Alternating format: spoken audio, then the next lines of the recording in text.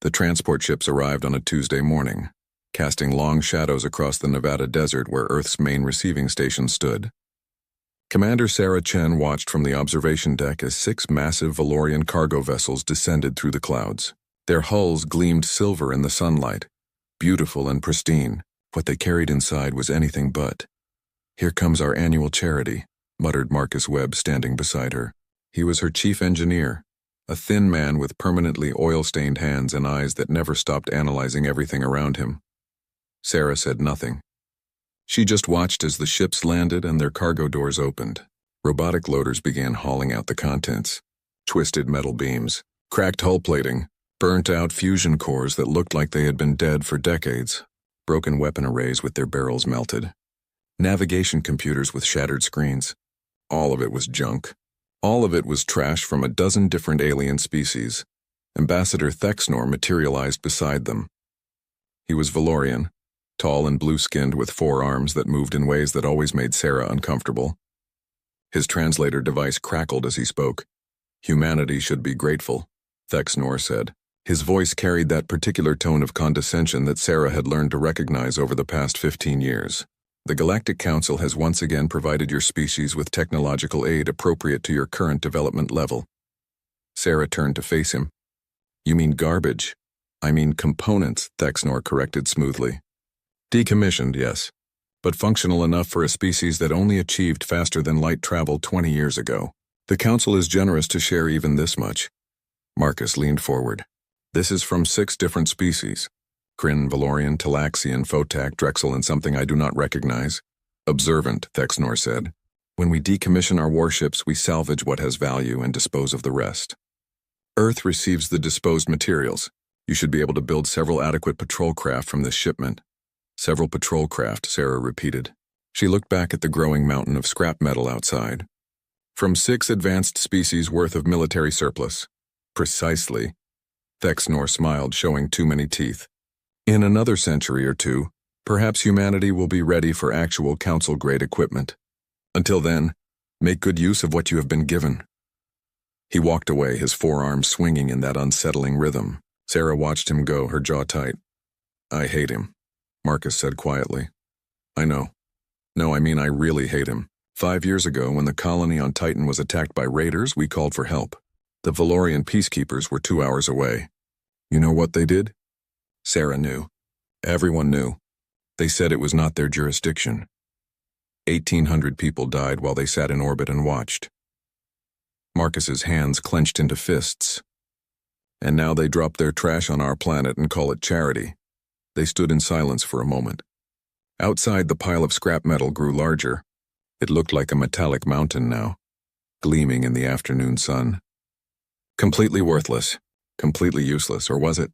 Sarah felt something shift in her mind, an idea. A crazy, impossible, probably stupid idea. She turned to Marcus. "How many species did you say this came from?" 6, maybe 7 if I am wrong about one of the drive cores. And each species has different technology. Different approaches to shields, weapons, power systems, all of it. Right. Marcus looked confused. So the Valorians think we are too primitive to do anything meaningful with this. They gave us parts that do not work together because they assume we cannot make them work together. We cannot. Kryn energy shields use biometric interfaces. Valorian weapons need plasma feeds that Talaxian power cores cannot provide. Photak phase metal requires quantum stabilization that none of the other tech supports. It is all incompatible, Sarah smiled. It was not a nice smile. Incompatible by their standards. Marcus stared at her. She could see his brain working, racing through the possibilities. His eyes went wide. You cannot be serious. Why not? They gave us Kryn shields, Valorian guns, Talaxian computers, Drexel propulsion, Photak hull materials. What if we stopped trying to use them separately and started using them together? That is insane. No species has ever successfully integrated alien tech like that. The power requirements alone would... He stopped. Wait, human manufacturing processes are different. We use different metals, different welding techniques, different programming languages. What if that is exactly what we need? What if we took all of this junk, Sarah said slowly, and built one ship instead of several patrol craft? One ship that combines technology from 6 different species in ways they never imagined? Marcus was quiet for a long time. Outside, the Valorian transport ships were taking off, their job complete. They would return to the stars, confident that they had done their duty to the primitive humans. Confident that humanity would remain exactly where the Council wanted them, weak, dependent, and grateful. It would take years, Marcus finally said. We would need resources, a facility, a crew that could work with alien technology, and we would have to do it in secret because if the Council found out, they would shut us down immediately. I know an old orbital facility, Sarah said, built during the Mars expansion, abandoned when the funding ran out. It is off the official logs. We could work there. You are really serious about this. I am tired of being treated like children, Marcus. I am tired of watching them look down at us. I am tired of patrolcraft and gratitude and knowing our place. She looked at him. 15 years ago, humanity joined the Galactic Council as a third-tier species. We are still a third-tier species. Nothing has changed. Nothing will change unless we force it to change. Marcus looked at the scrap pile. Then he looked at Sarah. Then he started to smile. It was the same kind of smile she had given him. Not nice, not safe, but full of possibilities. We would need a team, he said. Engineers who think outside the box. People who are not afraid to break rules. Probably some folks the Council has already dismissed as troublemakers. I know exactly who to recruit. And a name. If we are going to build the impossible, it needs a name. Sarah thought about it. She thought about humanity's history. About all the times they had been told something was impossible, and had done it anyway. About flying too close to the sun and doing it with a smile. Icarus Rising, she said. Marcus laughed. The aliens will not get the reference. That is exactly why it is perfect. They stood together, looking at the mountain of scrap metal that was supposed to keep humanity in its place. But Sarah did not see trash anymore. She saw components. She saw possibility. She saw the beginning of something that would make the Galactic Council regret their condescension. They had given humanity scrap metal and expected gratitude. They were going to get a revolution instead. The abandoned orbital facility hung in space like a forgotten dream. Station Prometheus had been built 20 years ago during humanity's ambitious push to colonize Mars. The funding had dried up halfway through construction. Now it floated in a dead orbit between Earth and the Moon. Too expensive to finish and too massive to decommission. Its existence had been quietly removed from official records, which made it perfect. Sarah stood in what would have been the main engineering bay, watching as the first shipment of scrap arrived. The space was enormous, big enough to hold 3 cruise ships side by side. The walls were bare metal. The air recyclers coughed and wheezed, and half the lights did not work. It was home. First load is here, Marcus announced, floating through the zero gravity with natural ease. Behind him came 6 containers, each the size of a bus, guided by magnetic tethers. I started with the most promising pieces. Kryn shield generators, Valorian weapon arrays, and something interesting I found in the pile. Interesting how? See for yourself. They opened the 3rd container together. Inside, nestled in protective foam, was a sheet of metal that seemed to shift colors in the light. One moment it was silver. The next it was deep blue. Then it was almost translucent. Photak phase metal, Marcus said reverently. The Photak use it for decorative purposes. They think it is pretty but useless. They are wrong. Sarah reached out to touch it. The metal felt warm under her fingers, almost alive. Wrong how? The Photak never figured out that phase metal can bend space if you hit it with the right energy frequency. They use it for wall panels and art. We could use it for hull plating that makes us partially intangible. You can do that? I think so, maybe. Probably I need to run about 1,000 tests first. Marcus grinned. But yes, I think we can make it work. Over the next 3 months, the team grew. Sarah recruited carefully. She wanted engineers who had been dismissed by the Council as too radical, too unconventional, too human. She wanted people who looked at rules and saw suggestions. She wanted troublemakers. She got them. Jin Park arrived first. She had been fired from 3 different Council research positions for unauthorized experimentation. She took one look at the Kryn biointerface shield technology and laughed. They said this was impossible for non-Kryn species to use. They were right. But they never tried using a neural bridge instead of a direct connection. Next came Dmitry Volkov, a weapons specialist who had been banned from Council facilities for dangerous innovations. He examined the Valorian plasma cannons with the care of an artist studying a masterpiece. These are designed to fire in 3-second bursts to prevent overheating. What if we do not care about overheating? What if we use them until they burn out, then swap in fresh ones? That is wasteful, Sarah said. That is human, Dmitri replied. The aliens build for efficiency and longevity. We build for results.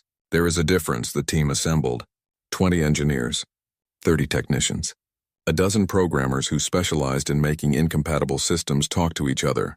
They came from Earth's slums and Mars's failed colonies. They came from stations that had been abandoned and ships that had been scrapped. They were humanity's outcasts and they were perfect. The real work began. Problem, Jin announced during the 3rd week. The Kryn shields need a biometric interface. The Valorian weapons need plasma conduits that the Talaxian power cores cannot support. And nothing in this pile can provide the quantum stabilization needed for the phase metal. So we improvise, Marcus said. He had been awake for 36 hours straight, living on coffee and determination. Human neural interfaces are different from Kryn biology. Let us use that. We design a bridge system that translates human brain patterns into something the Kryn tech can understand. That has never been done. Correct. It has never been done by Kryn engineers. We are not Kryn. They worked in shifts around the clock. The station's corridors echoed with the sounds of welding torches and argument. Languages mixed together. Earth English blended with Mandarin, blended with Russian, blended with Arabic. The team came from everywhere, and they brought their different perspectives with them. Look at this, Dmitri called out one morning. He had the Valorian weapons laid out on a table, their internal components exposed. The plasma feeds are designed for steady flow. But what if we pulse them, quick bursts of overloaded energy instead of constant streams? The weapons would burn out in minutes, Jin said. Yes, but for those minutes they would hit 3 times harder than any Council warship could manage. Dmitri smiled. And we have extras. The breakthroughs came slowly, then all at once. A programmer named Hassan figured out how to write bridge code between 7 different alien programming languages. A material specialist named Chen discovered that human steel alloys could be welded to photac phase metal using a technique no alien species had ever tried. A power systems engineer named Rodriguez found a way to overclock the fusion reactors far beyond their rated capacity. This is not safe, Rodriguez admitted, showing Sarah the power flow diagrams. The aliens designed their reactors to run at 60% capacity maximum. It gives them a huge safety margin, but humans have different risk tolerance. What if we run them at 95%? What happens at 95%? Either we get 50% more power output or the reactor goes critical and we all die. Sarah looked at the numbers. And at what percentage can you guarantee safety? Guarantee? Maybe 40%. But that is boring. Rodriguez shrugged. I did not leave Earth to be boring. 6 months in, they had the basic frame. It did not look like any ship humanity had ever built. It did not look like any ship the Council had ever built either. The hull was photac phase metal, shimmering and strange. The interior was a maze of incompatible technologies forced to work together through human ingenuity and stubbornness. The power cores hummed with barely contained energy. The weapons arrays looked like they had been designed by someone having a fever dream. It was beautiful. We need to test the power systems, Marcus said. They had gathered in the main control room, such as it was. Monitors covered every wall, each one showing different ship systems. Most of the readouts were in alien languages that the team had learned to read through necessity. Do it, Sarah ordered. The lights dimmed as power flowed through the ship for the first time. For a moment, everything held steady. The fusion cores spun up. The plasma conduits glowed. The phase metal hull began to shimmer with internal light. Then everything exploded. Not literally. But every system went haywire at once. The shields activated and deactivated randomly. The weapons charged without being told to. The navigation computer started calculating jump coordinates to random points in space. Alarms screamed in 6 different alien languages. The whole ship convulsed like a living thing in pain. "Shut it down," Sarah yelled. "I am trying." Marcus had both hands on the control panel, frantically typing override codes. The systems are not responding. They are fighting each other for control. Fighting each other? The Kryn tech thinks it is in charge. The Valorian systems disagree. The Talaxian computer is trying to arbitrate but using the wrong protocols. They are all trying to run the ship their own way. It took 20 minutes to shut everything down. When the last system finally went dark, the entire crew stood in shocked silence. 6 months of work. Thousands of hours of engineering. All of it useless if the technologies could not cooperate. This will not work, Jin said quietly. No, Marcus said slowly. Not like this. But what if we stop trying to make them cooperate? What do you mean? The aliens build integrated systems. Everything works together smoothly because everything is designed to work together. We cannot do that. We have 7 different species worth of technology, all of it incompatible. What if we embrace that? You are not making sense. Marcus turned to face them, and his eyes were wild with inspiration. What if we design an AI that can manage controlled chaos? Instead of making the systems work together, we let them fight and use an AI to balance the fighting. Quick adjustments, constant monitoring, using the conflicts between systems as a feature instead of a bug. Sarah understood immediately. We need Dr. Yuki Tanaka. Who? Best AI specialist humanity has produced. Also completely insane. The council banned her work because her adaptive learning systems were too unpredictable. Sarah smiled. Perfect for us. They brought Yuki up on the next shuttle. She was a small woman with gray streaked hair and eyes that saw patterns no one else could perceive. She took one look at their setup and laughed. You have built a nightmare, she said. I love it. Can you make it work? Can I make incompatible alien technologies cooperate through an adaptive AI managing their mutual hostility? Yuki considered. No, but I can make something better. I can make an AI that turns their fighting into a weapon. This ship will not think like a council vessel. It will think like a human. Improvise, adapt, overcome, turn every weakness into a strength. How long will that take? Give me 3 months. She took 4, but it was worth it. When they powered up the ship the second time, the chaos was still there. But now it was controlled. The AI danced between systems, balancing power flows, directing conflicts, turning the ship's fundamental instability into something that looked almost like grace. The ship lived. They called it Icarus Rising, and it was ready to fly. The ship hung in the construction bay like a metallic predator. After 9 months of work, Icarus Rising had a shape now. Not sleek like Valorian cruisers. Not organic like Kryn bioships. It looked like what it was, a fusion of 6 different species technology forced into an ungainly whole. The hull plates did not quite match. The weapon arrays jutted out at odd angles. The engine nacelles were different sizes. It was the most beautiful thing Sarah had ever seen. Final hull integrity check complete, Marcus reported from his station. The engineering bay had grown crowded with monitors and equipment. Phase metal plating is holding steady. The quantum fluctuations are within acceptable ranges. Acceptable by whose standards? Sarah asked. Ours. By council standards, we are operating at impossible levels. The phase metal is maintaining a coherence that Photech engineers said could not be achieved outside laboratory conditions. Jin floated past, guiding a bundle of bioneural cables. The shield interface is ready for integration. I have adapted the Kryn biometric system to accept human neural patterns. It should work, probably. Probably. Science is not about certainty, Commander. It is about educated guesses and seeing what explodes. The work continued.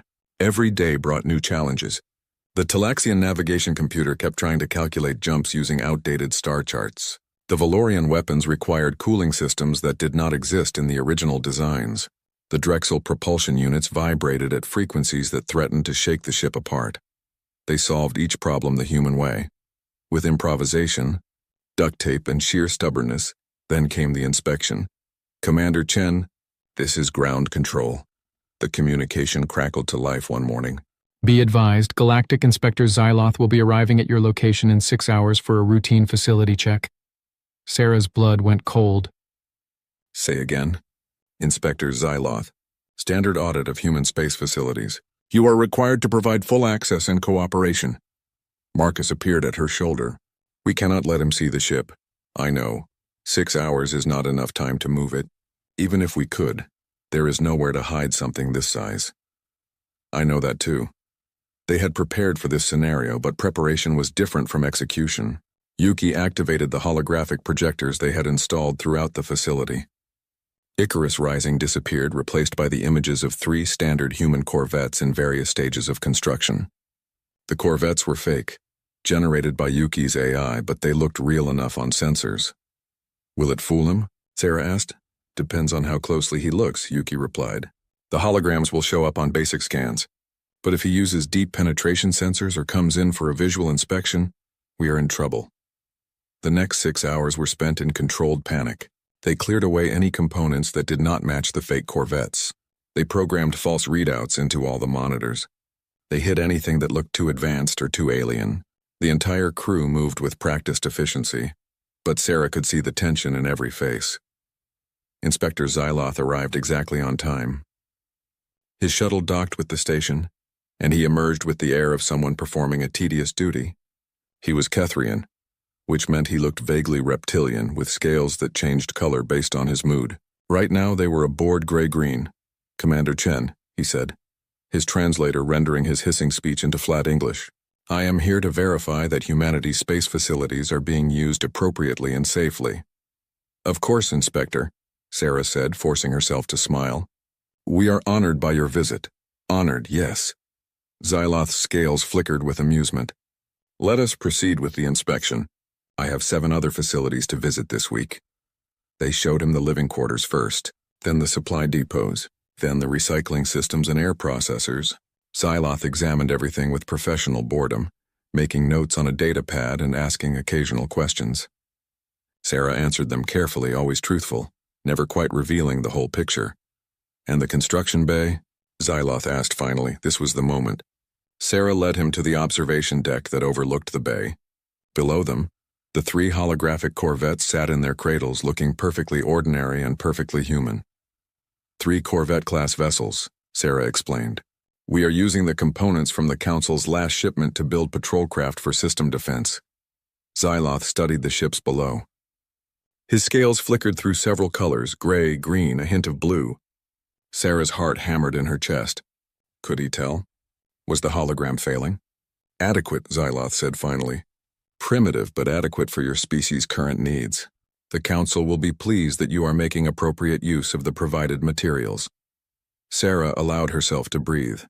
Then Xyloth turned to her, and his scales flashed orange. "However, I am detecting some unusual energy signatures. Power fluctuations that seem excessive for standard Corvette construction. Would you care to explain?" Marcus stepped forward smoothly. Yes.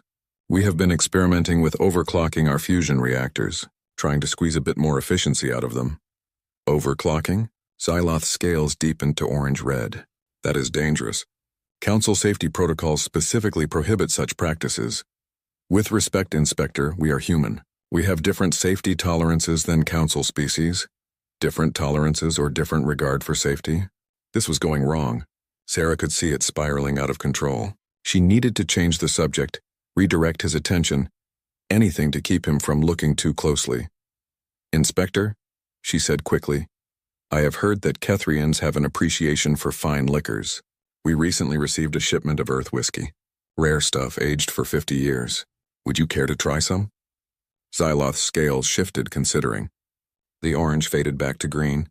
That would be acceptable. For diplomatic purposes, they retired to Sarah's office. She poured the whiskey, it really was 50 years old, saved for special occasions, and watched as Xyloth took a cautious sip. His scales rippled through several colors before settling on a pleased blue-green. "This is excellent," he admitted. "Earth may be primitive in many ways, but your fermentation techniques are remarkable." "Thank you, Inspector." They talked for an hour about everything except the ship. Sarah played the role of the humble human commander, grateful for Council guidance, eager to learn from superior species. She hated every moment of it, but she smiled and nodded and poured more whiskey. When Xyloth finally left, his scales were a warm blue, and his data pad contained nothing but routine observations. The inspection was complete. They were safe for now. "That was too close," Marcus said when they were alone again. "If he had used deep sensors, if he had asked to see the ships up close." "But he did not," Sarah said. "Arrogance saved us. He expected to find exactly what he found because he cannot. Imagine humans building anything more advanced. The next inspection might not go so. Well, then we better be ready to fly before the next inspection." But being ready to fly and actually flying were 2 different things. 3 days later, they attempted their first power-up test with all systems integrated. Sarah watched from the control center as Marcus ran through the startup sequence. "Fusion cores online," Marcus reported. "Power at 30% and rising. 40%, 50. The ship hummed with energy. "So far, so good. Shield generators activating." Weapon system standing by. Navigation computer synchronized. Keep going, Sarah ordered. 70% power. Phase metal hull beginning quantum stabilization. 80%, 90. Then everything went wrong again. The ship lurched sideways, throwing sparks. Alarm screamed. The phase metal hull flickered between solid and translucent. The weapons charged spontaneously. The shields pulsed in random patterns. Full system failure, someone yelled. No, Yuki said calmly from her station. Not failure, learning. What? The AI is learning how to balance the systems. Let it work. We are losing hull integrity on sections 3 through 7. Let it work. Sarah made the hardest decision of her command career. Stand down. Let the AI handle it. The crew stared at her like she had gone insane, but they obeyed. And as they watched, something remarkable happened. The chaos began to resolve itself. The AI made millions of micro-adjustments, balancing power flows, redirecting energy, finding harmony in the discord. The hull stabilized. The weapons powered down. The shields found their rhythm. After 5 minutes, the ship was purring like a contented cat. System stable, Marcus reported, wonder in his voice. All readings nominal. Better than nominal, actually. We are operating at levels that should not be possible. The AI needed to learn the ship under stress, Yuki explained. Now it knows. Now it can compensate. This ship will never fly smoothly like a council vessel, but it will fly effectively like a human vessel. There is a difference. Sarah looked at Icarus rising through the observation window, the ship that should not exist. The ship built from 7 species trash, the ship that had just proven it could work. How long until we can attempt a flight test? She asked. 2 weeks if we are lucky, Marcus said. 1 month if we are realistic. 6 months if we want to be safe. We have been working on this for almost a year. I am tired of safe. Get it flight ready in 2 weeks. Commander, 2 weeks, Marcus, because I just received intelligence that makes waiting impossible. Sarah pulled. The test flight nearly killed them all. Sarah strapped herself into the command chair, feeling the neural interface connectors press against the back of her neck. The bridge was small, cramped, filled with jury-rigged displays that showed readouts in 6 different alien languages. Marcus sat at engineering. Jen handled shields and sensors. Dmitri controlled weapons. Yuki monitored the AI. 20 other crew members occupied stations throughout the ship. All personnel secured, Marcus reported. Fusion cores at optimal power. This is either going to work or create a very impressive explosion. Comforting, Sarah said. Yuki, is the AI ready? The AI is ready. Whether we are ready for the AI is a different question. That is also comforting. Everyone take a breath, here we go. Thrusters to station keeping. The ship shuddered. Small maneuvering thrusters fired, pushing Icarus rising away from the docking clamps. For a moment, everything held steady.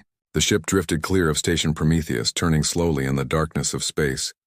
So far so good, Jin said. That was when the hull plating started falling off. Not all of it. Just 3 panels from the port side. They tumbled away, spinning lazily, revealing the internal structure beneath. Alarms blared. Red lights flashed across every console. Hull breach, Marcus shouted. Sections 12 through 14 exposed to vacuum. Those sections are empty storage, Yuki said calmly. No personnel at risk. That is not the point. The hull is literally falling apart. Sarah gripped her armrests. Can we stabilize it? Working on it.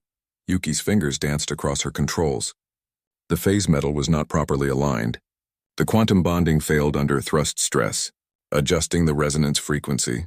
The remaining hull plates flickered, shifting through several colors. Then they solidified, locking together with a harmony that had not existed before. The alarms quieted. Hull stable. Marcus reported, disbelief in his voice. Actually, hull integrity is better than before. The phase metal has synchronized. It needed stress to find its proper configuration, Yuki explained. Think of it like muscles. You cannot know their strength until you push them. Can we continue? Sarah asked. Only one way to find out. Main engines ahead slow. The Drexel propulsion units ignited. Power flowed through alien conduits never designed to work together. The ship moved forward, accelerating into the black. The vibrations Marcus had worried about started immediately, but the AI compensated, adjusting thrust vectors on the fly. They flew for 10 minutes. Just a simple cruise through empty space. But it worked. Icarus Rising flew. Then they tried the jump drive. Calculating coordinates, Jin announced. Simple short jump. 1 million kilometers. Should be easy. Should be, Marcus echoed. That phrase makes me nervous. Jump in 3, 2, 1, Mark. The universe twisted. Sarah felt it through the neural interface.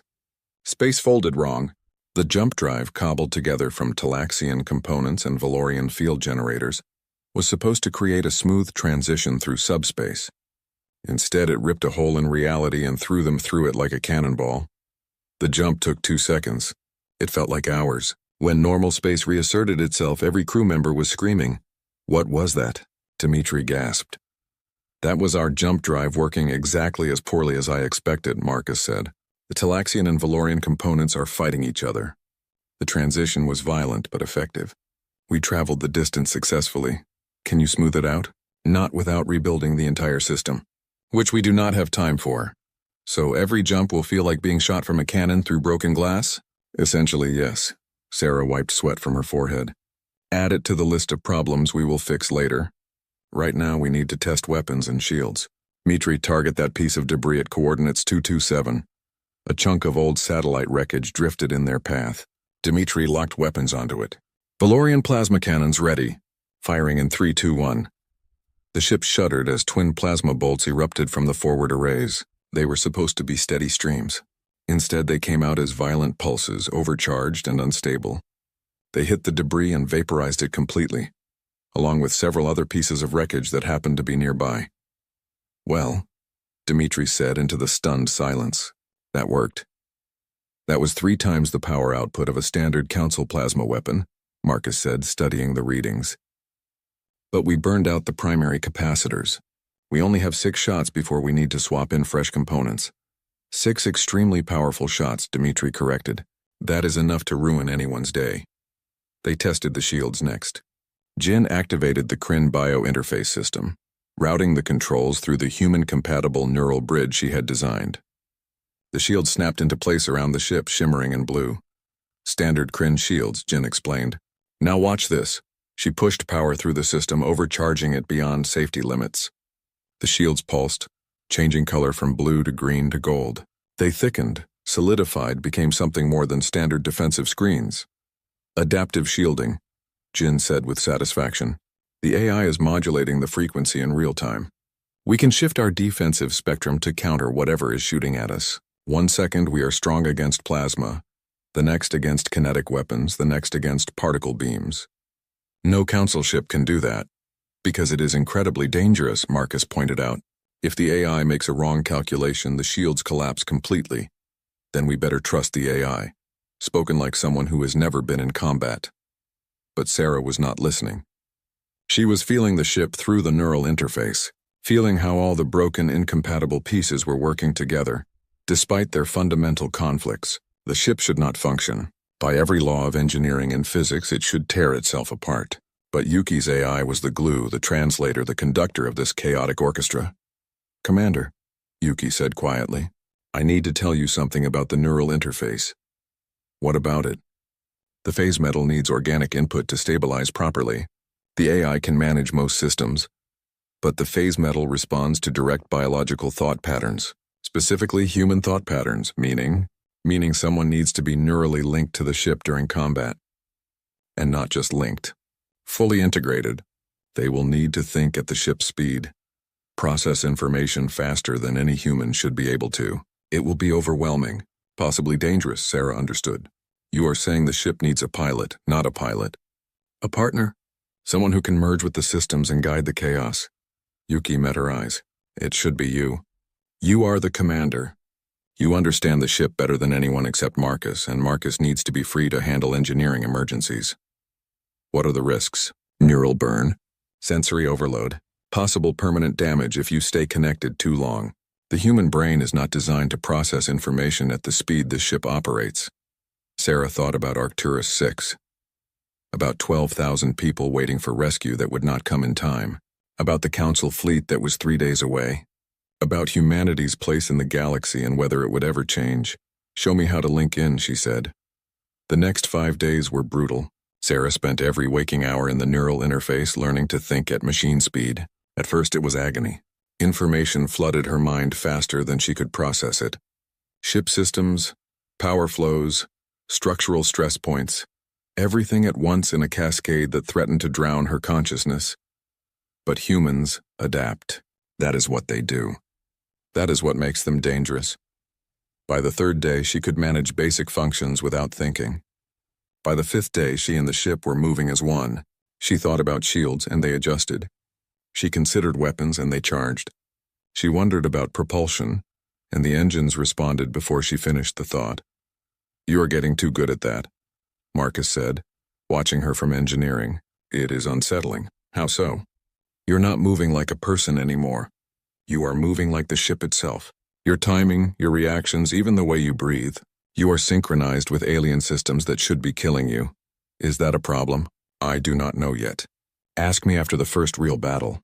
The intelligence came through on the 6th day. The Kryn swarm had accelerated their attack schedule.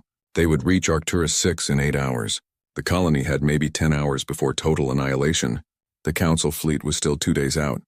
Sarah called the crew to the bridge. "This is it. This is what we built this ship for.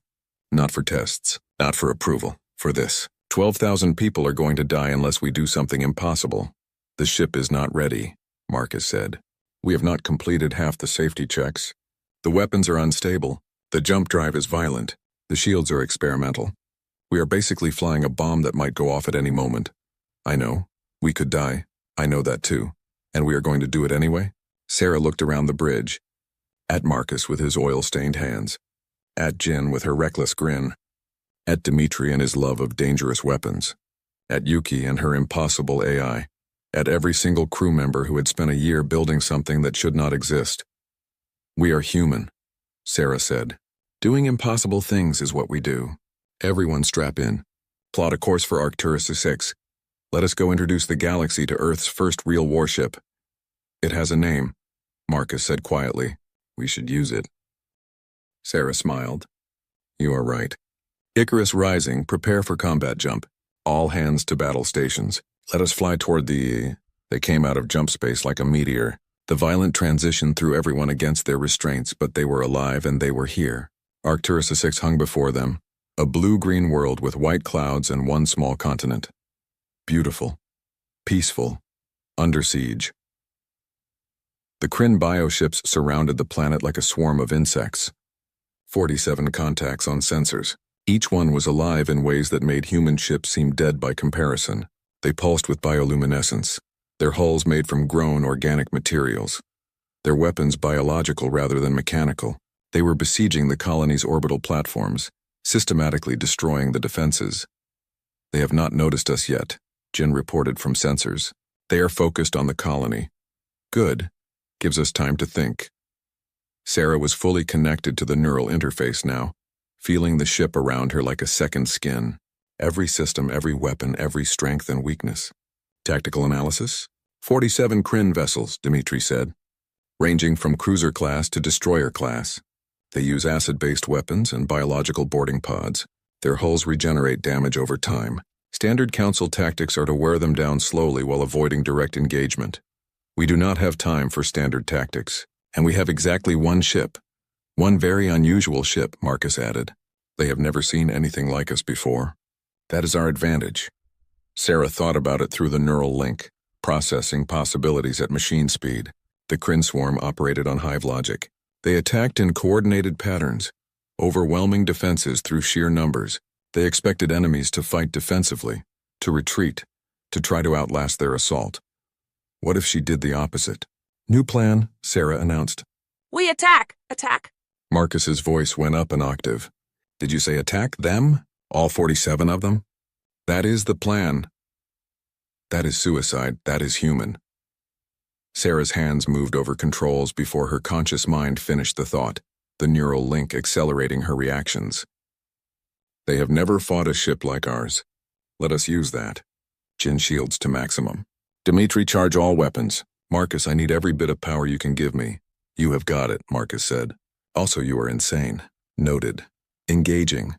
Icarus Rising dove toward the Kryn swarm. The bioships noticed immediately, turning with organic grace to face this new threat. 12 of them broke off from the attack on the colony, moving to intercept. "They are trying to surround us," Jin warned. Classic Kryn tactic. They will use coordinated strikes from multiple angles. Then we will not be where they think we are. Activating phase shift. Sarah pushed power through the phase metal hull. The Photak had never figured out what their decorative metal could really do, but Sarah knew. The hull flickered, became translucent, shifted partially out of normal space. The first wave of Kryn acid projectiles passed through the ship like it was not there. Impossible, Jin gasped. The phase shift is holding. We are partially intangible. Only for a few seconds, Yuki warned. The power requirements are enormous. We cannot maintain this for long. Don't need long. Just need them confused. Sarah brought the ship back into normal space directly in the middle of the Kryn formation. Dimitri, fire everything. The Valorian plasma cannons erupted. Not steady streams. Violent pulses of overcharged energy. 6 shots, one after another, each one burning out capacitors but hitting with 3 times the expected force. 3 Kryn bioships simply ceased to exist, vaporized before they could react. 2 more were crippled, their organic hulls burning. 5 down, Dimitri yelled, swapping to backup weapons. The remaining 7 ships in the immediate area returned fire. Acid projectiles and biological spines hammered against Icarus Rising's shields. The shield harmonics shifted, adapting, changing frequencies to counter the attacks. Jin's adaptive shielding was working, but barely. Shield stress at 70%, Jin reported. We cannot take many more hits and then we don't get hit. Hold on. Sarah threw the ship into a roll that no council vessel could have managed. The incompatible propulsion systems, the unbalanced design, all the things that should have made Icarus Rising clumsy instead, made it unpredictable. She dove under a bioship's strike, came up firing, destroyed it with a particle beam from the Drexel weapons array. 6 down. The rest of the Kryn swarm was reacting now. 35 ships turned toward them, abandoning the attack on the colony. Good. That was what Sarah wanted. Keep their attention. Keep them focused on the weird human ship instead of the defenseless colonists. They are forming up, Jin said. Coordinated assault pattern. They are going to hit us from all sides at once. Marcus, can we do another phase shift? Not yet. The capacitors need another 30 seconds to recharge. We do not have 30 seconds. Then you better think of something else. Sarah's mind raced, processing tactical data through the neural link faster than any human should be able to think. The Kryn ships were moving into position. In 10 seconds, they would fire. In 15 seconds, Icarus Rising would be torn apart by concentrated weapons fire from dozens of directions at once. Unless, Yuki, the jump drive, the violent transition. Can we do a micro jump? What? No. The calculations alone would take minutes. The AI can calculate faster. Can we jump a short distance? 1 kilometer? That is insane. Micro jumps are unstable. We could end up inside a planet or scattered across 10 light years. Can you do it? Yuki's fingers flew across her console. The AI says maybe, possibly, probably not, but we might survive. Good enough. Calculating jump point now. Sarah fed the coordinates directly through the neural link. 1 kilometer toward the planet right behind the main Kryn formation.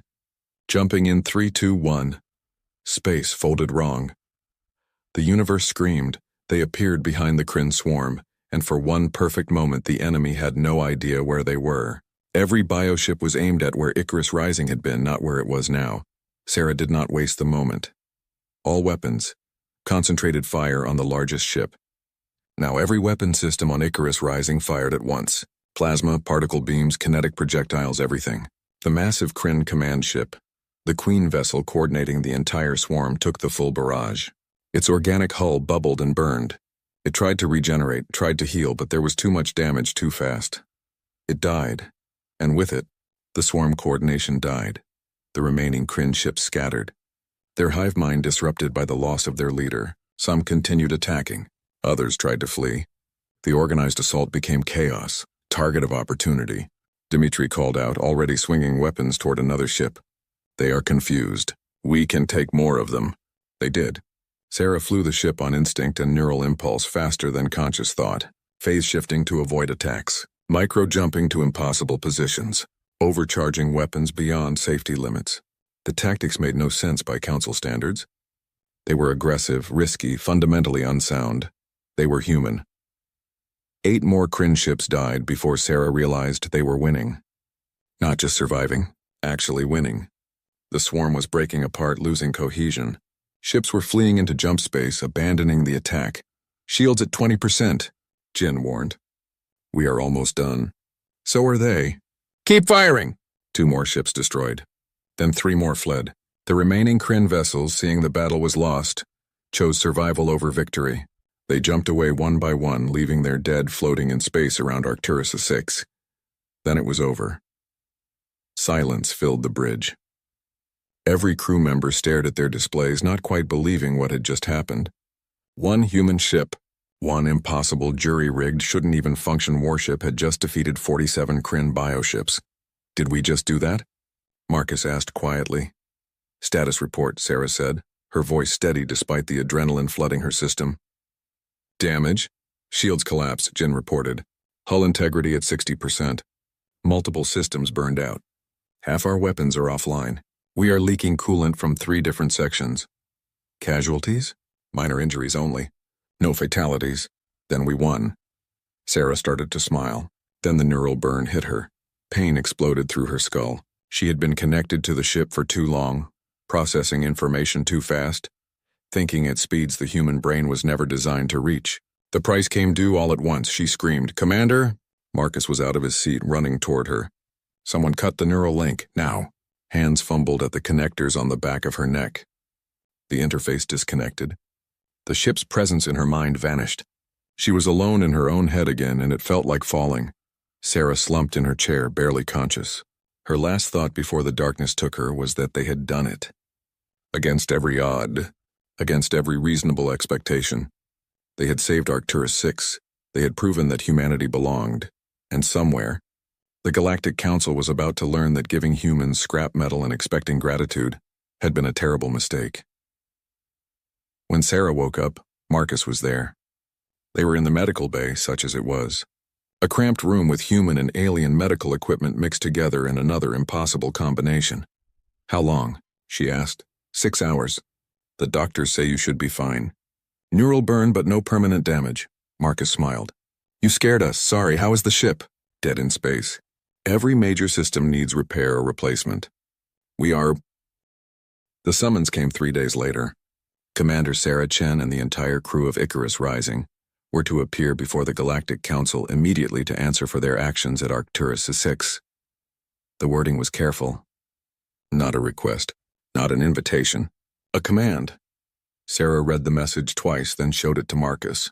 They were still on the damaged ship, making repairs where they could, waiting for the inevitable reckoning. They are going to shut us down, Marcus said. They have to. We just proved that humans can take their technology and make it better. Every species on the council is going to be terrified. Good. Fear means respect. Fear means danger. They might decide we are too threatening to allow to continue. Sarah looked around the medical bay, at the mixture of human and alien technology that was keeping them alive, at the ship that should not exist, at the proof that humanity did not need the council's permission to be great. Then we give them a choice, she said. Acknowledge us as equals or watch as we make them irrelevant. The council chamber was enormous, built to accommodate representatives from 50 different species. It hung in neutral space, a station so large it had its own gravity and weather systems. Sarah and her senior crew, Marcus, Jin, Dimitri, and Yuki walked through corridors lined with artwork from 100 worlds toward the central hearing room. Ambassador Thexnor was waiting outside the chamber. His forearms were folded in a posture Sarah had learned meant disapproval. His expression was carefully neutral, but his eyes burned with anger. Commander Chen, he said, you have caused quite a disturbance. We saved 12,000 lives, Sarah replied. I would do it again. You revealed unauthorized military technology. You deployed an unregistered warship. You engaged in combat operations without council approval. Any one of these violations could result in humanity's expulsion from the council. And yet here we are, being summoned rather than arrested. That tells me the council is conflicted. Thexanor's expression flickered. The council is many things, Commander. Conflicted is one of them. Angry is another. You have disrupted a balance that has existed for centuries. There will be consequences. I look forward to them. The chamber doors opened. Inside, 50 species waited in a circular arrangement, each delegation seated in their designated area. The lighting was calculated to be comfortable for every species' visual spectrum. The air was carefully balanced for every type of respiratory system. Everything about the space said power. permanence, tradition. Sarah walked to the center of the circle and waited. The High Arbiter, a Talaxian with blue crystalline skin, spoke first. Her voice was amplified through the chamber's translation system. Commander Sarah Chen of Earth, you stand before the Galactic Council to answer for recent unauthorized actions. How do you plead? Guilty, Sarah said simply. We built an unauthorized warship. We deployed it without permission. We engaged in combat to save lives. I am guilty of all of it, and I would do it again. Murmurs rippled through the assembled delegates. The High Arbiter's crystalline face shifted colors, showing surprise. You admit your violations freely? I do. Because they were not violations of any law that matters. The real law is this. When innocent people need help, you help them. Everything else is politics. You are human, Thexnor said from his delegation's position. You do not understand galactic politics. The Council provides aid and technology to developing species according to carefully calculated schedules. These schedules exist for good reasons, to prevent dangerous technologies from falling into unprepared hands, to maintain stability, to ensure peace, to maintain control, Sarah countered, to keep species like mine dependent and grateful, to make sure no one threatens the established order. She turned slowly, addressing the entire chamber. 15 years ago, humanity joined the Galactic Council as a third-tier species. We are still a third-tier species. Nothing has changed. We are given scraps and told to be thankful. When we need help, we are told it is not your jurisdiction. But when we prove we can help ourselves, suddenly there are rules we violated. You endangered yourselves, a Kethrian delegate said. The technology you deployed was unstable, dangerous, untested. It saved 12,000 lives, Marcus spoke up. That is pretty good testing. You built a weapon from components of 6 different species, another delegate said. This one was photac, shimmering and translucent. No species has successfully integrated multiple alien technologies at that level. It should have been impossible. Should have been, Yuki agreed, by your engineering standards. But human engineering is different. We do not wait for permission. We do not follow the rules that say things are impossible. We improvise, we adapt, we overcome. You took photac phase metal, the photac delegate continued, and used it in ways we never imagined. You discovered capabilities in our own technology that we did not know existed. That is because you used it for decoration, Jin said. You saw pretty metal and never looked deeper. We saw potential and asked what if. That is the difference between species that follow rules and species that make new ones. The High Arbiter raised one crystalline hand for silence. The question before this council is not whether humans are clever. We acknowledge your resourcefulness. The question is whether you are dangerous, whether allowing you to continue developing hybrid technologies threatens galactic stability. Threatens your control, you mean, Sarah said. Let me ask a different question. How many species on this council could have saved Arcturus VI in time? Your fleet was 3 days away. 12,000 humans would have died. We were 6 hours away. We acted, we saved them. And now you want to punish us for it because we did not ask permission first? You do not understand what you have started, Thexnor said. If other species learn that human engineering can combine their technologies, if the specifications for your hybrid ship become public, then every species in the galaxy will be able to build better ships, Sarah interrupted. Is that what terrifies you? That other developing species might stop being dependent on council charity? The chamber erupted. Delegates argued with each other in a dozen languages. Some called for humanity's immediate expulsion. Others defended their actions. The neat political balance that had existed for centuries was cracking, and everyone could feel it. The High Arbiter called for order. It took several minutes to restore quiet.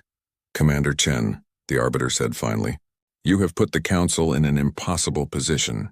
We cannot allow unregulated military development. But we also cannot ignore that your actions saved lives when Council forces were too distant to help. We require time to deliberate. This hearing is recessed. No, Sarah said. The chamber went silent. Delegates stared at her. The High Arbiter's crystalline face shifted to a dark, dangerous purple. What did you say? I said no. No more deliberations. No more committees. No more waiting for the Council to decide what humanity deserves. Sarah pulled a data chip from her pocket and held it up. This contains complete specifications for Icarus Rising. Every system, every integration technique, every innovation we developed. I am going to do something with this chip in the next 10 minutes. What I do depends on you. Is that a threat? Fictional demanded. It is a choice. Option 1. The Council acknowledges humanity as a second-tier species with full shipbuilding rights, equal technology access, and a vote in Council matters. In exchange, we share our integration techniques with all Council species through proper channels. And Option 2. I release these specifications publicly. Right now, every species in the galaxy, Council members and non-members alike, gets access to hybrid ship technology. The developing species you have been keeping dependent suddenly have the ability to build warships that rival your fleets. The entire power structure of galactic civilization changes overnight. The chamber exploded again. Delegates were on their feet, shouting. Threats and counteroffers filled the air. The High Arbiter called for order, but no one was listening. Then the Photak delegate stood. The entire Photak delegation stood. Their translucent forms shimmered with decision. Enough, the Photak delegate said, his voice cutting through the chaos. We have heard enough. The humans have proven something we did not want to believe. They saw value where we saw waste. They found potential where we saw limits. They saved lives while we followed procedures. He turned to face Sarah directly. The Photak delegation votes to recognize humanity as a second-tier species. More silence. Then the Drexel delegate stood. The Drexel delegation agrees. These humans deserve recognition. One by one, other delegations stood. Not all of them. Thexnor and the Valorian delegation remained seated, furious. The Kethrian stayed seated. Several others refused to move. But enough stood. Enough agreed. The High Arbiter watched the chamber for a long moment. Then, her crystalline face shifting to a resigned blue, she spoke. By vote of this council, humanity is hereby recognized as a second-tier species with all associated rights and privileges. Shipbuilding restrictions are lifted. Technology access is granted. This is the decision of the council. Sarah lowered the data chip.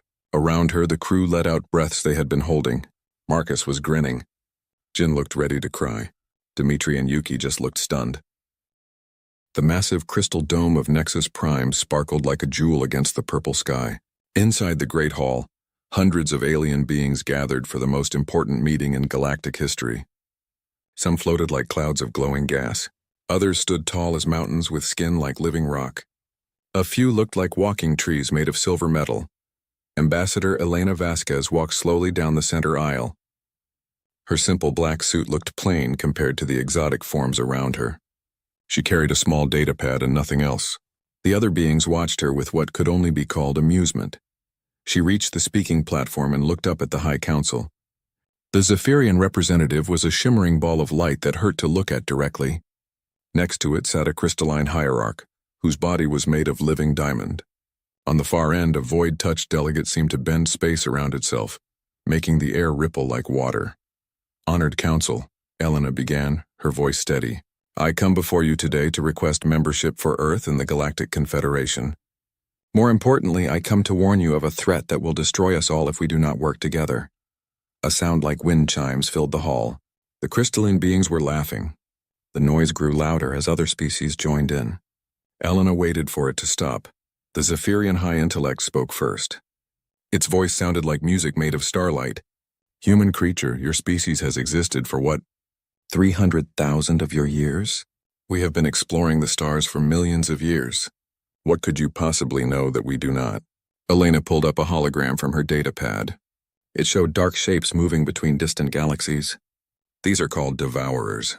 They consume not just matter and energy, but reality itself. They are heading toward our galaxy and will arrive within 1 year. The void-touched representative made a sound like tearing fabric. We have seen your human mathematics. You count on your fingers and toes. Your science barely understands 3 dimensions. How can you detect something we cannot? Because we think differently, Elena replied. We see patterns. The crystalline hierarch's voice rang like a bell. You primitive mammals see faces in clouds and meaning in random events. This is not science. This is superstition. An energy being from the plasma collective drifted forward. Its form crackled with electricity. Humans discovered fire only yesterday in galactic terms. You have not even learned to manipulate time properly. What you call space travel is barely controlled falling. Elena felt her jaw tighten but kept her voice calm. The Devourers have already consumed 17 galaxies. Thanks to 17 galaxies that you cannot even see properly, interrupted a representative from the Hive Mind Coalition. Its insect-like body clicked as it spoke. Your telescopes are toys. Your computers are slower than a Zephyrian's casual thought.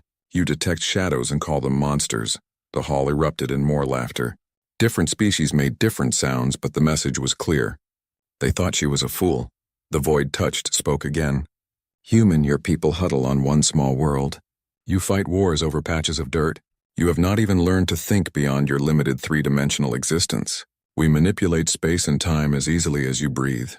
Your mathematics, added the Zephyrian, are like a child's finger painting compared to our understanding of universal constants. You see the universe through a keyhole and think you understand the mansion. Elena looked around the hall. Every face showed the same expression of amused superiority. These beings had technologies that could reshape planets. They traveled between dimensions. They had lived for thousands of years and built civilizations that spanned multiple star systems. Perhaps, she said quietly, you should look at our art. This brought fresh waves of laughter. Art, screeched a bird-like creature from the aerial dominion. You splash colored mud on flat surfaces and call it meaningful. You make noise with primitive instruments and call it music. You write stories about imaginary people and think this has value. The crystalline hierarchs form pulsed with light. Human creativity is chaos without purpose. You have no logical structure to your thoughts. Your minds jump randomly from idea to idea like insects. This is why, the Void Touch continued, we cannot grant your species membership. You would contribute nothing but confusion and primitive thinking. Your presence would lower the intellectual level of this entire confederation. Elena stood silent for a moment. Around her, the greatest minds in the galaxy continued their mockery. They spoke of human limitations with scientific precision. They listed every way humans fell short of galactic standards. The Zephyrian high intellect decided to deliver the final judgment. When these imaginary devourers of yours arrive, human, you should hide behind more capable species. Perhaps we will protect your little world out of charity, but do not expect to participate in any real solutions. Such matters require minds that can think beyond animal instincts. The vote was swift and unanimous. Earth was denied membership. Elena was told she could reapply in 10,000 years, when humanity might have evolved enough to understand basic galactic science. As Elena gathered her datapad, the Plasma Collective representative drifted closer. Do not feel bad, little human. Every species goes through this primitive phase. In 1,000,000 years, your descendants might develop true intelligence. Until then, leave the complex thinking to those who understand how the universe actually works. Elena walked back down the aisle. The alien beings returned to their important discussions about energy manipulation and dimensional mathematics. None of them paid attention to the small human leaving their great hall. Outside the crystal dome, Elena stood in the purple twilight of Nexus Prime. She pulled out a small communication device that looked simple compared to the advanced technology inside the hall. Project Lazarus, she said quietly. Status report, a human voice answered immediately. Standing by in the 7th dimensional fold, Ambassador. All systems ready. Awaiting your signal. Elena looked back at the crystal dome where the most advanced beings in the galaxy continued their meeting. They thought they knew everything about the universe. They believed their 1,000,000-year-old wisdom made them superior to any younger species. Maintain position, Elena said into the device. Let them discover their limitations the hard way. When they realize their precious logic cannot save them, then we will show them what human thinking can accomplish. She closed the device and walked toward her simple human shuttle. Behind her, the Galactic Council continued their discussions about matters they considered far too complex for primitive human minds to understand. None of them noticed that their conversation was being recorded by devices that operated in dimensions they could not even detect. None of them realized that humanity had been listening to their private communications for decades. They were so confident in their superiority that they never considered the possibility that they might be wrong. Elena smiled as she entered her shuttle. Soon, very soon, the galaxy would learn that sometimes the most dangerous assumption is believing you are the smartest being in the room. The greatest mistake the Galactic Council made was not taking humanity seriously. Their second greatest mistake was thinking they understood what intelligence actually meant. They would realize both errors when the Devourers arrived. The alarms began screaming across every world in the Galactic Confederation, 6 months after Elena Vasquez left Nexus Prime. Deep space monitoring stations detected something impossible approaching from the void between galaxies. Commander Zalith of the Zephyrian fleet studied the readings with growing confusion. The sensors showed massive objects moving faster than light, but they were not using any known form of travel. They seemed to simply appear closer with each scan, as if they were stepping through space itself. Analysis, Zalith commanded his science officer. The objects appear to be consuming space-time as they move, the officer replied, his energy form flickering with uncertainty. They leave nothing behind them. Not empty space, not vacuum, nothing at all. On the crystalline world of Nexus Prime, the High Council gathered in emergency session. The crystalline hierarch's diamond body pulsed with urgent light patterns. Our mathematical models cannot explain these entities. They violate fundamental laws of physics. The void-touched representative rippled with distress. They exist partially outside normal dimensions. Our sensors can only detect fragments of their true form. It is like trying to see a sphere by looking at its shadow. Impossible, declared the Zephyrian high intellect. We have mapped 11 dimensions. Our science is complete. These readings must be errors. But the errors multiplied with each passing hour. The things called devourers had entered the galaxy at its outer edge. Wherever they passed, entire solar systems simply stopped existing, not destroyed, not reduced to dust, simply gone, as if they had never been there at all. The first major fleet engagement happened near the Rigel system. Admiral Corax of the Crystalline Navy commanded 200 warships armed with planet-cracking weapons. His beam cannons could slice through moons. His reality disruptors could tear holes in space itself. All ships fire at will, Corax ordered as the dark shapes approached. The results were magnificent and terrifying. Beams of pure energy lanced out, bright enough to blind unprotected eyes. Reality-warping weapons bent space into impossible geometries. For a moment, it seemed the attack was working. The Devourers slowed their advance. Then they adapted. The energy beams simply passed through them as if they were not there. The reality distortions were absorbed and turned back against the fleet. One by one, the crystalline ships began to fade from existence. Not exploding, not burning, just becoming less real until they were gone. Admiral Corax watched his flagship's hull become transparent. All ships retreat. Repeat, all ships. His final transmission cut off as his ship joined the growing emptiness. The Zephyrian fleet tried a different approach. They were masters of thought-based weapons, able to reshape matter with pure will. High Admiral Nexus led their assault with confidence born of a million years of victories. Focus your minds, Nexus commanded his fleet. These creatures are matter. Matter obeys consciousness. We are consciousness made manifest. The Zephyrian attack was beautiful to witness. Streams of crystallized thought reached out toward the Devourers. Where the mental energy touched them, the dark entities began to change shape, becoming twisted and distorted. For a brief moment, hope flared across the galaxy. The Zephyrians were winning. Then the Devourers learned. They turned the Zephyrians' own mental energy against them. The streams of thought reversed direction, flowing back into the ships. Zephyrian crew members began screaming as their own consciousness was used to unmake them. They experienced the horror of thinking themselves out of existence. The void-touched tried next, using their mastery of higher dimensions. They attacked from angles that should not have existed, striking from directions that had no names. Their weapons punched through normal space to hit targets from impossible angles.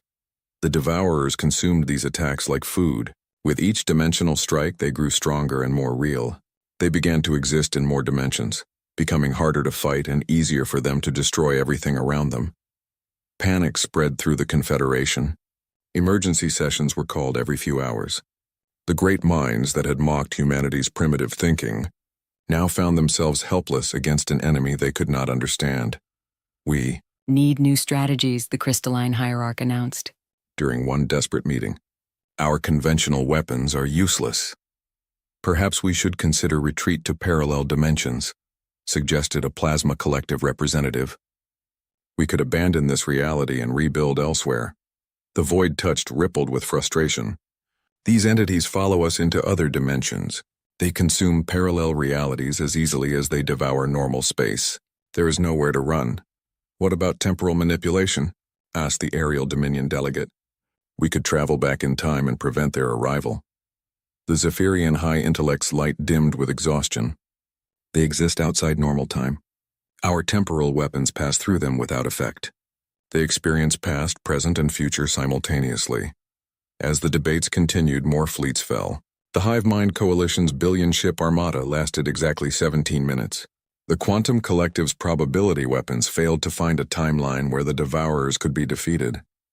Even the ancient energy beings, who claimed to be older than the galaxy itself, were consumed without slowing the invasion.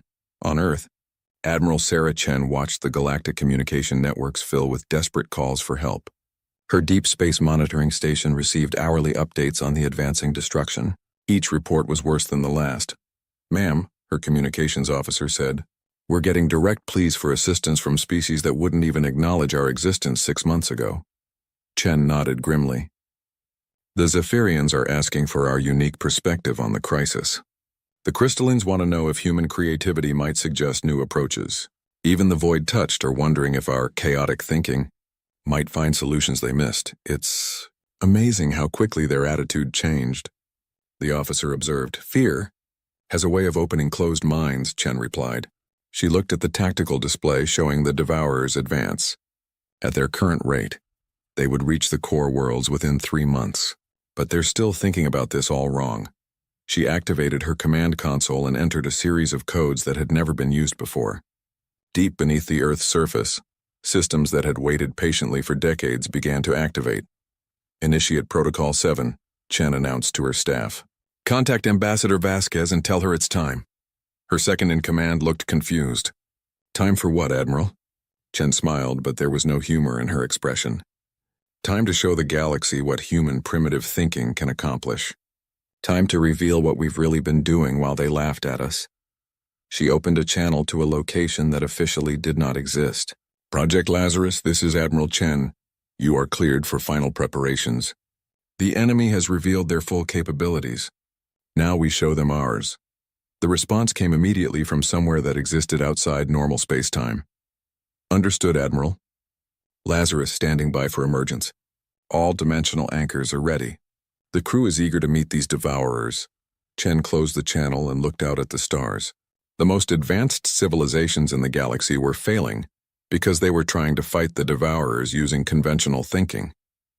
They saw an enemy that consumed reality and tried to use reality-based weapons against it. Humans had learned long ago that sometimes the best way to fight impossible enemies was to become impossible yourself. The galaxy was about to discover what humanity had been building in the shadows while everyone else was looking at the light. The emergency session of the Galactic Council was in chaos. Half the original member species had been consumed by the Devourers. The surviving delegates filled the crystal dome with desperate voices, all talking at once, all proposing solutions that had already failed. The Zephyrian high intellect's light had dimmed to a weak glow. "We have exhausted every possibility. Our combined fleets cannot even slow these entities. Perhaps we should consider surrender." "Surrender to what?" demanded the crystalline hierarch.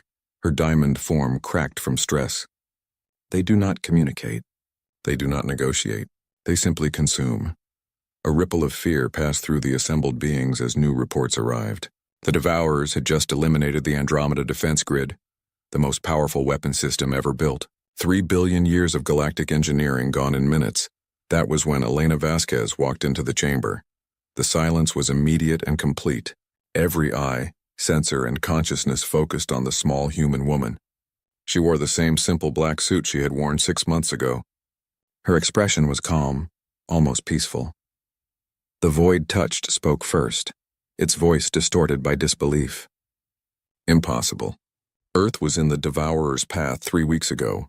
Our sensors detected the consumption wave passing through your system." Elena smiled and took her place at the speaking platform. "Earth remains exactly where it has always been. Safe, protected, and completely untouched by your Devourer problem." "How?"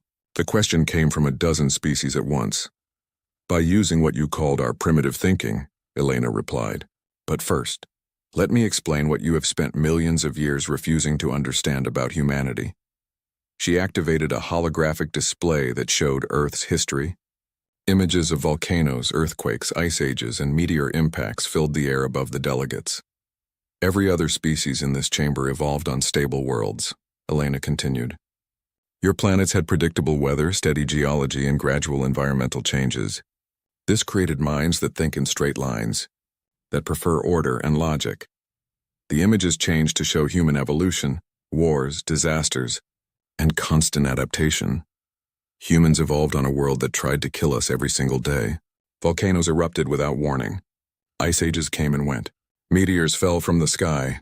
Our planet was chaos, and chaos made us strong. The Zephyrian high intellect managed to pulse brighter.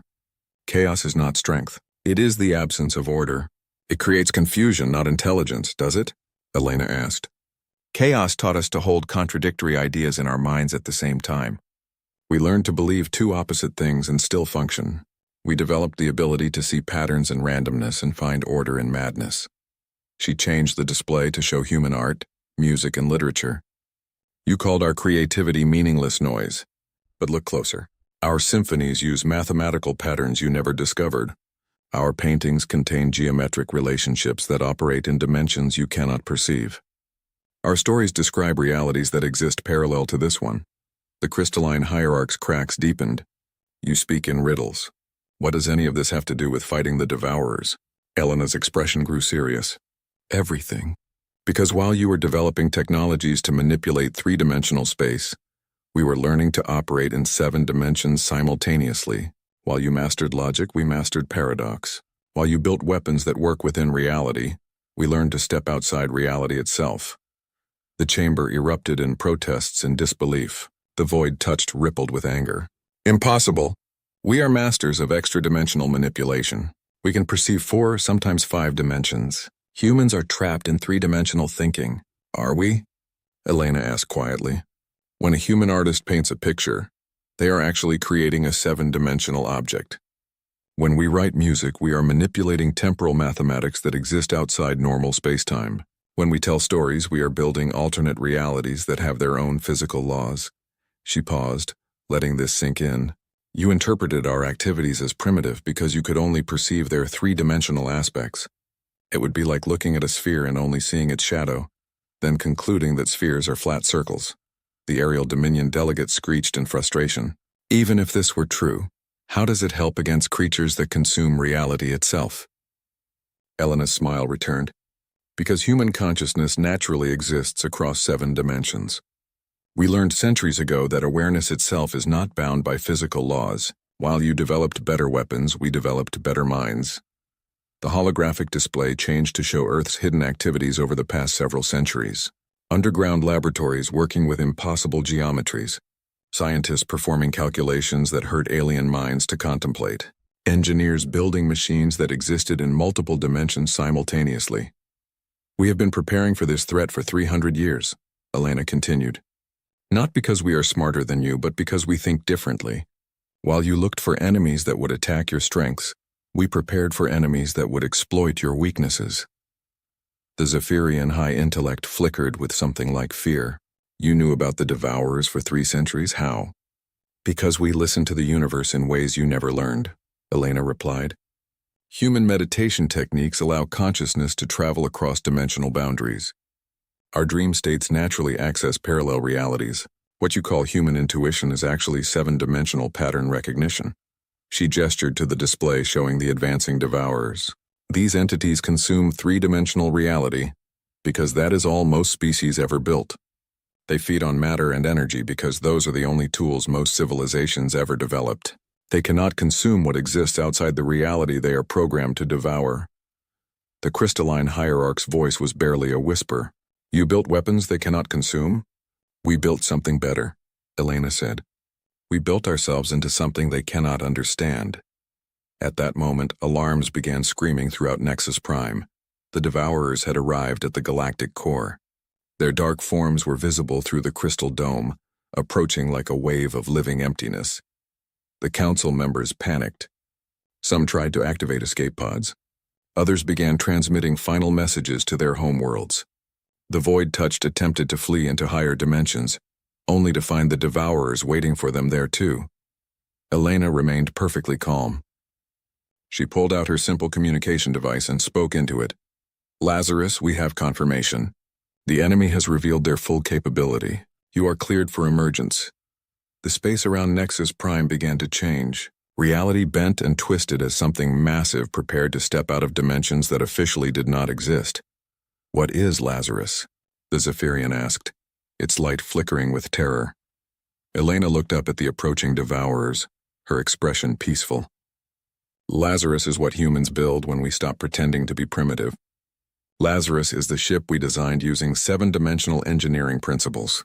Lazarus is what happens when you give chaotic human creativity 3 centuries to solve an impossible problem.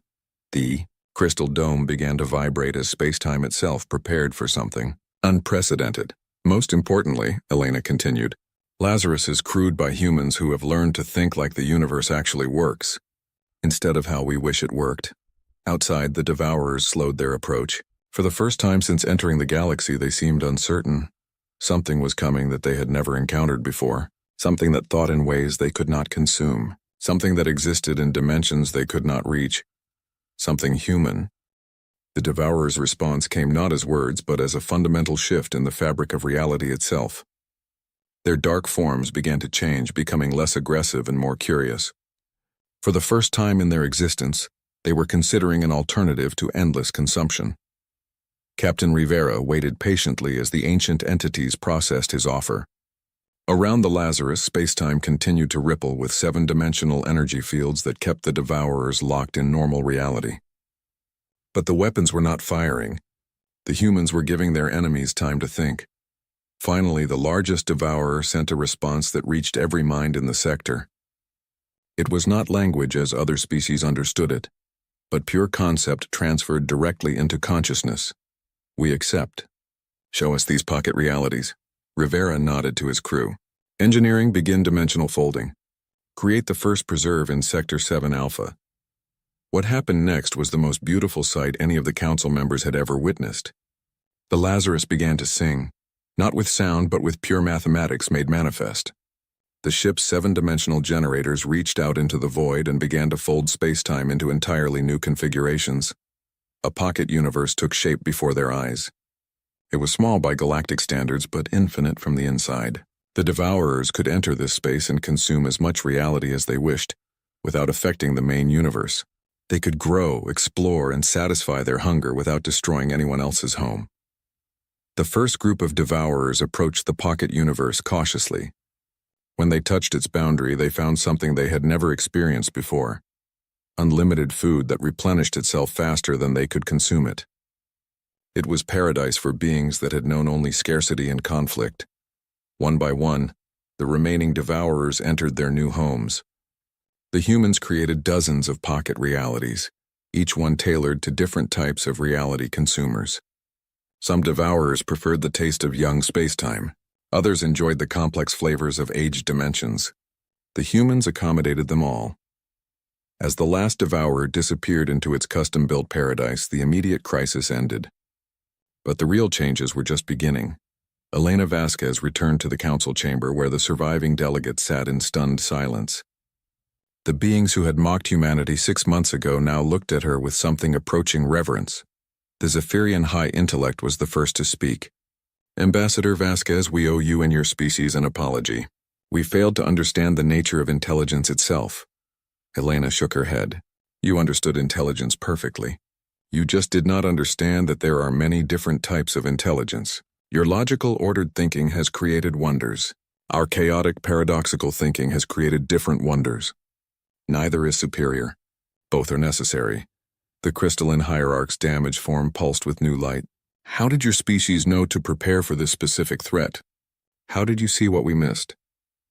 We did not see anything you missed, Elena replied. We simply prepared for everything we could imagine, and then prepared for things we could not imagine. Human survival instinct teaches us to plan for the impossible. She gestured to a display showing the pocket universes where the devourers now lived peacefully. We have been creating technologies like this for centuries, not because we knew we would need them, but because we knew we might need them.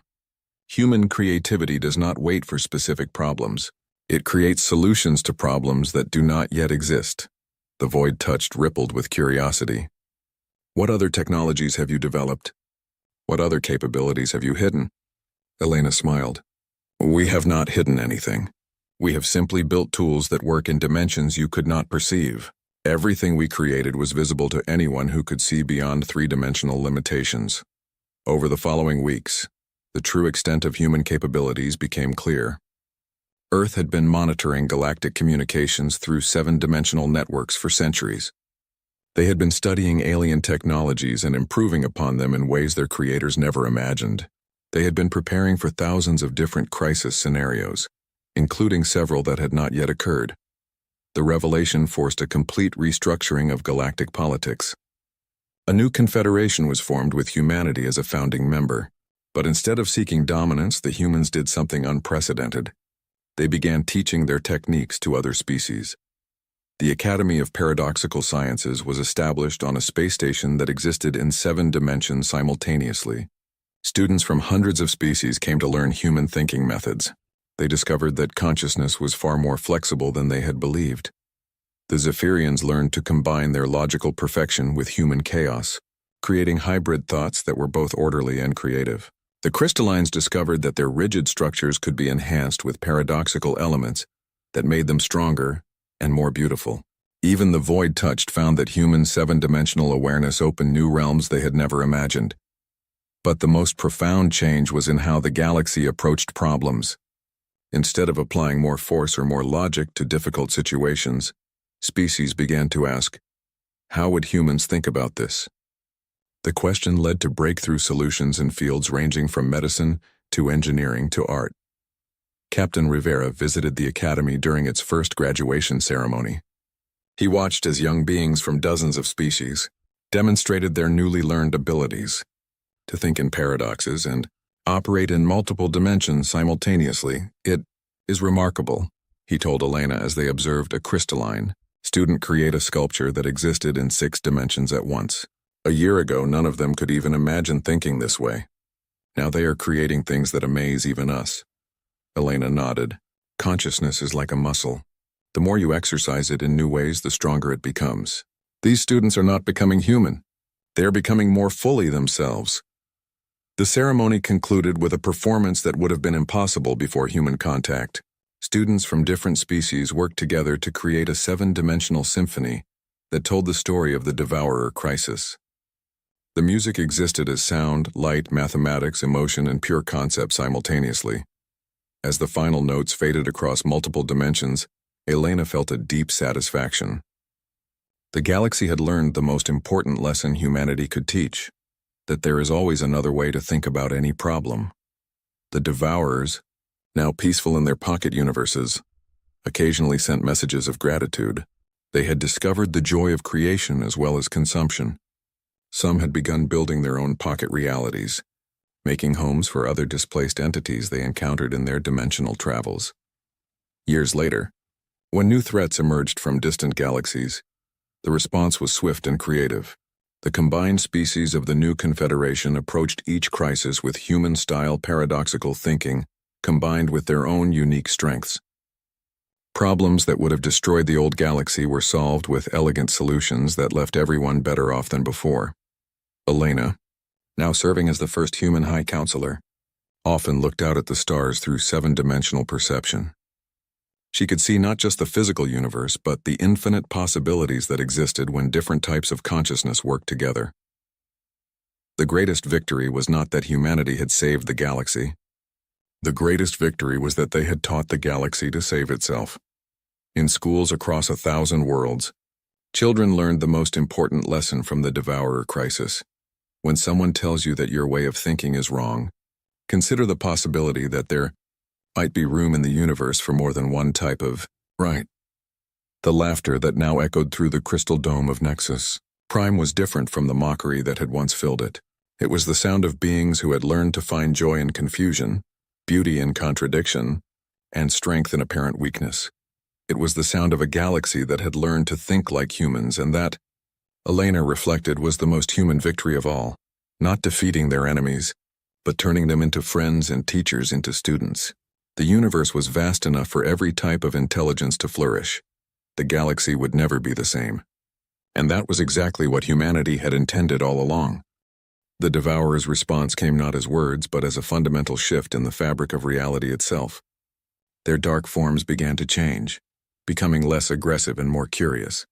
For the first time in their existence, they were considering an alternative to endless consumption. Captain Rivera waited patiently as the ancient entities processed his offer. Around the Lazarus, space-time continued to ripple with seven-dimensional energy fields that kept the Devourers locked in normal reality, but the weapons were not firing. The humans were giving their enemies time to think. Finally, the largest Devourer sent a response that reached every mind in the sector. It was not language as other species understood it, but pure concept transferred directly into consciousness. We accept. Show us these pocket realities. Rivera nodded to his crew. Engineering. Begin dimensional folding. Create the first preserve in Sector 7 Alpha. What happened next was the most beautiful sight any of the council members had ever witnessed. The Lazarus began to sing, not with sound, but with pure mathematics made manifest. The ship's seven-dimensional generators reached out into the void and began to fold space-time into entirely new configurations. A pocket universe took shape before their eyes. It was small by galactic standards, but infinite from the inside. The Devourers could enter this space and consume as much reality as they wished, without affecting the main universe.